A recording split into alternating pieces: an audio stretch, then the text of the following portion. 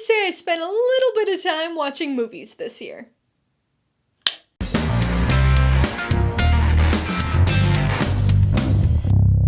Hey everybody, welcome to Mainly Movies. Just like I've done the last few Januaries, today I'm going to be doing a bit of a cinematic recap by going over my 2024 Letterboxd Year in Review. By watching my reviews, you guys only get a very limited sampling of all of the movies I watch each year, so I wanted to share a slightly more comprehensive look at my year in film. You guys seem to enjoy the last few years of these videos, and I always love looking at stats like this, so I want to do another updated version for this past year. I know a lot of you already have Letterboxd, or are at least aware of it, but for those of you who aren't, Letterboxd is a website that allows you to keep track of the movies that you watch. There are a ton of features, like the ability to rate and review films, to organize movies in lists or with tags, to follow your friends' movie activity and interact with the broader film community. And then there's just lots of movie information to dig your teeth into. Different ways to sort and filter and organize the movies you've seen, the ones you haven't seen, the ones you want to see. The vast majority of these features are available with a free account, but the year in review I'm going to be going through in this video is a pro feature, so it does cost about $20 to unlock. Alright, so let's dive into these stats. At the top of the page, we get an overview of sorts for the year.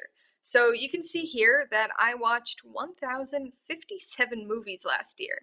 That 1,057 obviously isn't restricted to just movies released in 2024, so it includes literally everything I watched last year, including rewatches.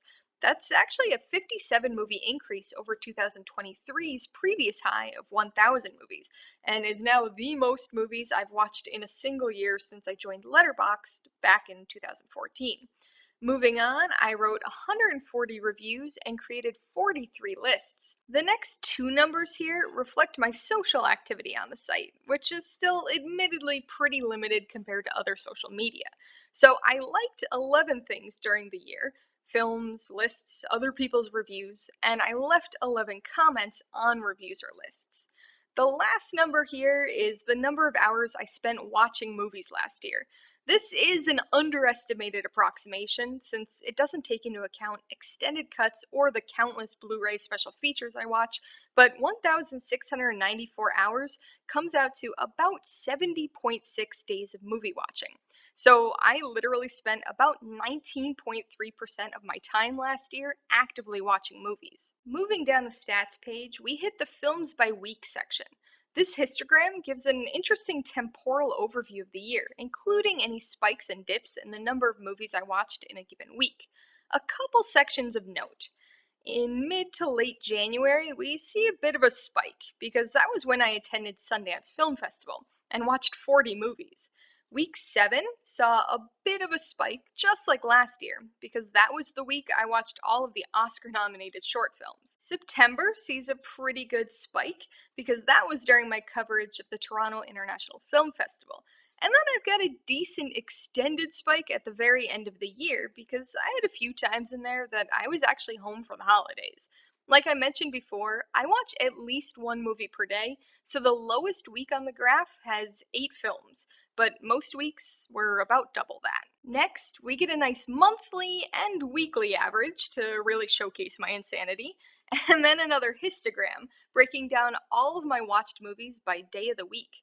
There's a definite spike towards the end of the week, beginning Thursdays, which makes sense because that's when I usually go to see new releases.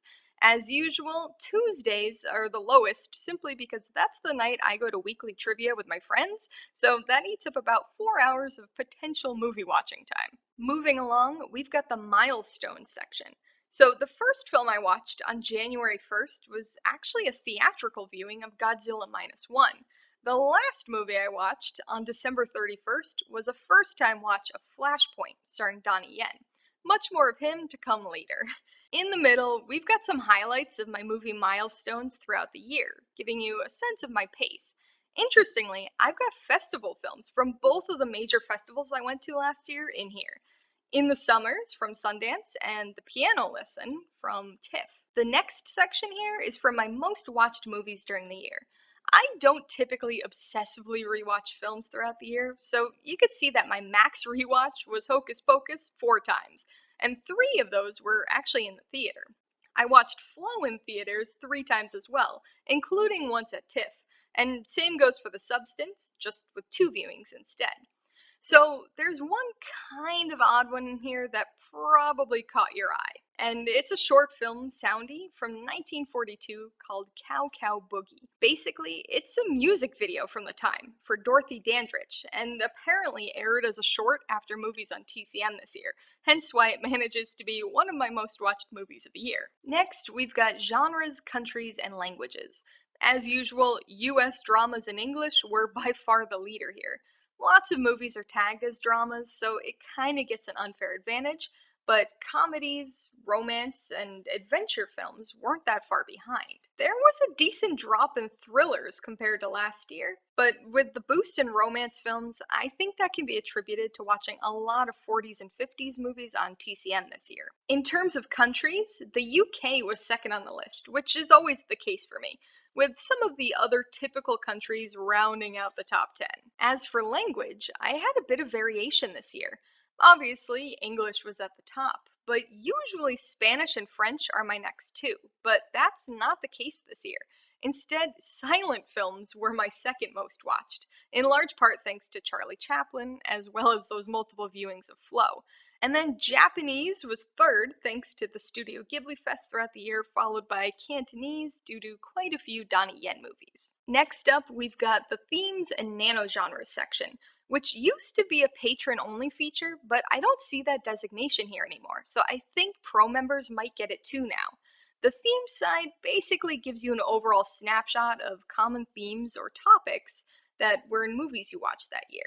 So it looks like I had an odd mix of comedy variants as well as romantic dramas. The nano-genre side highlights specific subgenres and kind of genre adjectives.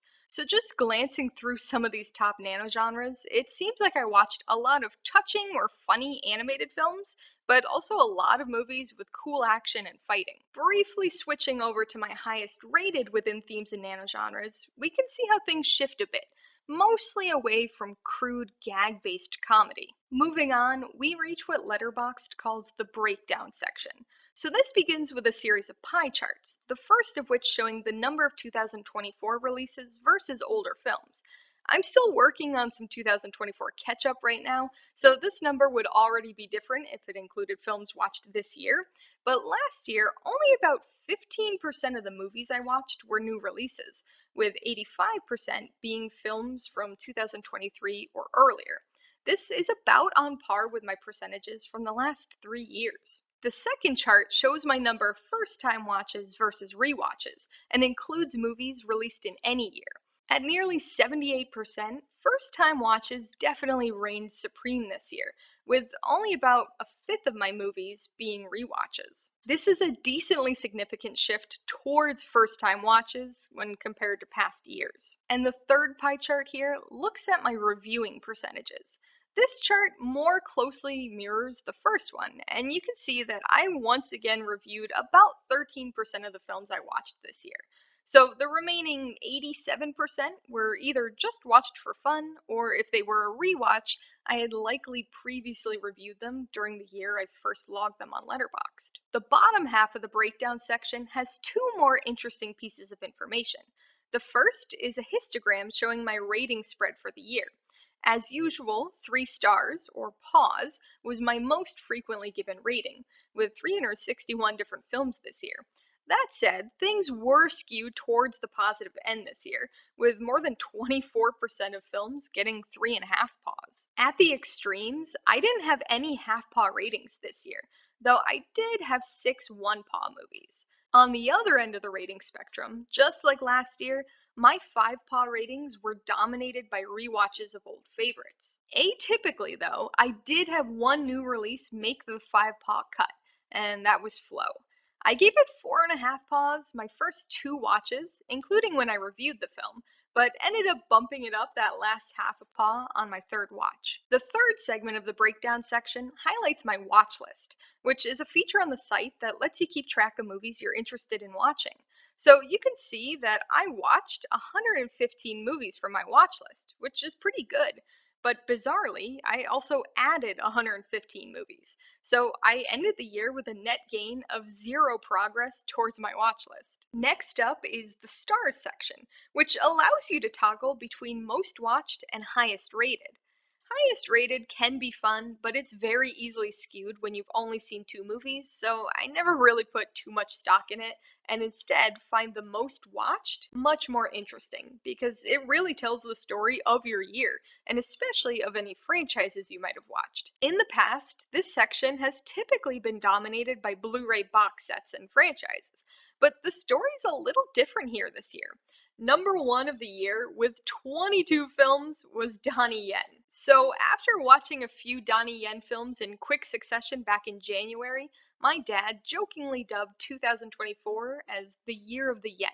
And so we would watch Donnie Yen movies when I was home for holidays, and we put in a big push of yen movies towards the end of the year to ensure that he would be number one during the year of the yen. The rest of the top 10 are filled out thanks to me watching a lot of movies on TCM last year, including several familiar faces who have made the list in years past like Spencer Tracy, James Stewart, and Humphrey Bogart, as well as other stars of the 30s, 40s, and 50s who I'm a big fan of, like Katharine Hepburn, Myrna Loy, and William Powell. Moving on, we've got the directors section, which functions just like the stars section. Once again, highest rated can be fun to look at, but it's way too easily skewed, so I always stick with most watched. As you could probably guess based on silent films being my second most watched language of the year, Charlie Chaplin was a big contributor this year thanks to rewatches of many of his films on Criterion Blu-ray. Dave Fleischer, an animation director who made a bunch of Superman shorts in the early 40s, tied things up with Spielberg. And Hayao Miyazaki came in fourth because of the theatrical Studio Ghibli Fest throughout last year. It's not quite as chaotic of a director's list as last year, but there's still some unexpected variation, especially when you consider the top actors list. Next is the Cruise and Studio section. Again, there's a toggle for highest rated and most watched, and by now you know which one I find more useful. I'm not going to spend too much time on this section this year, but if you're interested, feel free to peruse my stats page or pause this video for a closer look. Moving on, we've got the highs and lows section. So, of the films I watched in 2024, Parasite has the highest average Letterboxd rating at 4.6 stars, while Madam Web has the lowest at 1.5 stars. Barbie was once again the most popular of my watched films on the platform, whereas the most obscure that I watched doesn't even have a poster on the website. But if you're interested, it was a 1938 promotional short film called Impressions of the Merriest Musical of 1938 that I watched on TCM. I am one of only 9 people to have logged this short on Letterboxd, and I've actually watched it twice now, including one time back in 2023. This year, they added 4 new categories to the highs and lows section, the first of which being the newest film, according to release date. So, my newest film, watched in 2024, was Sonic 3, which had been released on December 10th. Moving over to my oldest film, I watched the 1912 silent version of Cleopatra, which had been released on November 13th, 1912. My longest film of the year was the 1997 The Shining miniseries, which happened to be 273 minutes long, and my shortest film of the year, at only 3 minutes long, was another one of those soundies, the 1942 The Chul Song. The next 2 sections are patron-only stats and show the films that I rated higher and lower than average. On the higher side, we've mostly got 90s and 2000s favorites that I've got a lot of nostalgia for.